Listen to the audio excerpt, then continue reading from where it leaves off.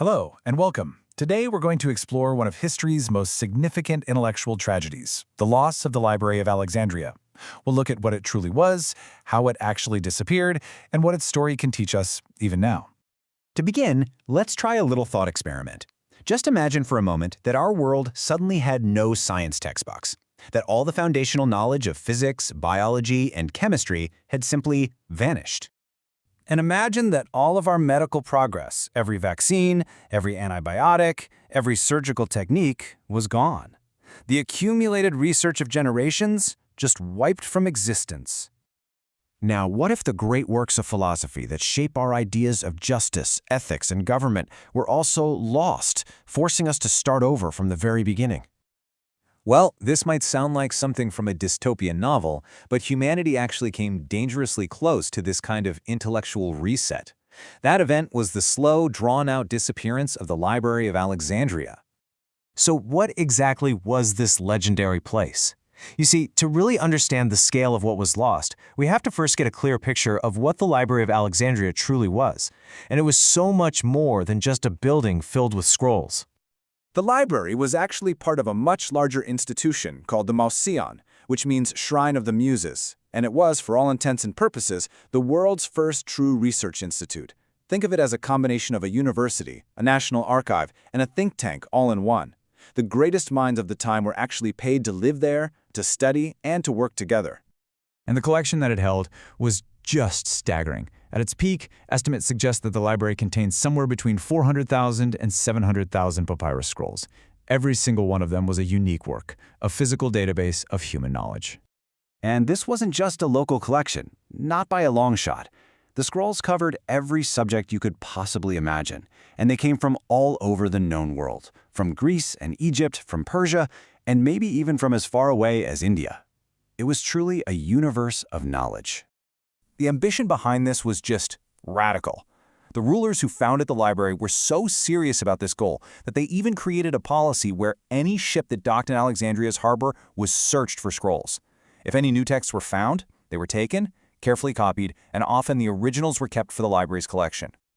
So how did this incredible center of learning just disappear? The popular story, the one many of us have heard, is of a single massive fire. But the truth is actually a lot more complicated and in many ways much more tragic. And here is the crucial point to understand. The library wasn't destroyed in one dramatic event. It didn't burn down in a single day. Instead, it suffered a slow, gradual decay over the course of hundreds of years. This slow decline is the real story of how the library ended. It wasn't one single blow, but rather a long series of misfortunes from which it just never managed to recover. You can see this process happening over centuries. The first major damage happened way back in 48 BCE during Julius Caesar's Civil War. Fires in the harbor probably destroyed warehouses filled with scrolls.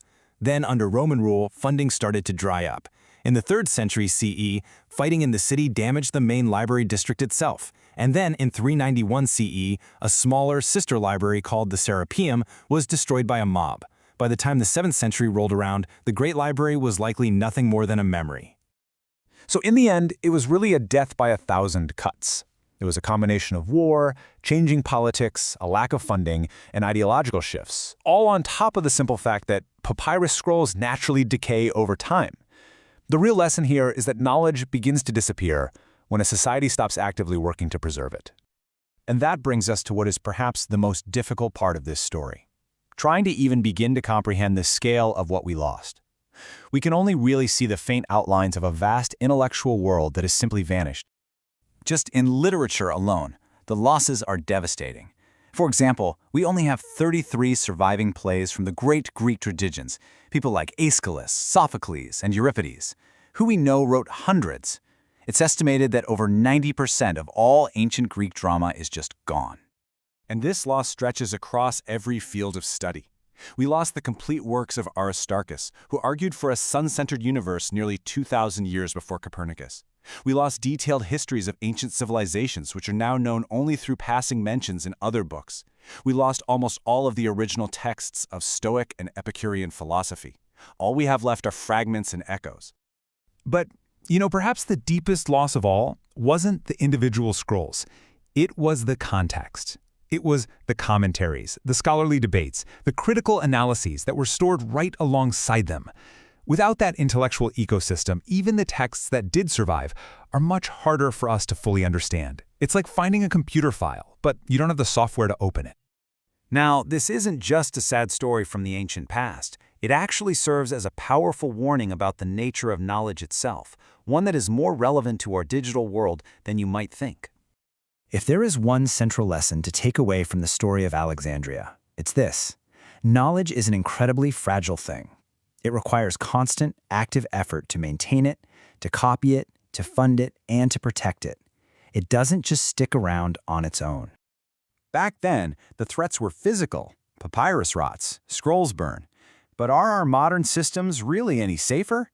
We trust our knowledge to digital formats, but file types become obsolete. Hard drives fail. Servers can be shut down, and entire digital archives can disappear with the flip of a switch. Our digital information might in fact be even more fragile than those ancient scrolls. In the end, the Library of Alexandria didn't disappear because of a single villain or a single fire. It just faded away because, over time, society stopped making its preservation a priority. Its story is a very stark reminder that the knowledge we take for granted today is not guaranteed to exist for the generations that come after us. And so, this leaves us with a critical question to think about. In our own age of what seems like infinite digital information, have we truly learned the lesson of Alexandria? Or are we, right now, creating our own version of a great library that could one day fade away, leaving future generations to wonder about everything that they lost?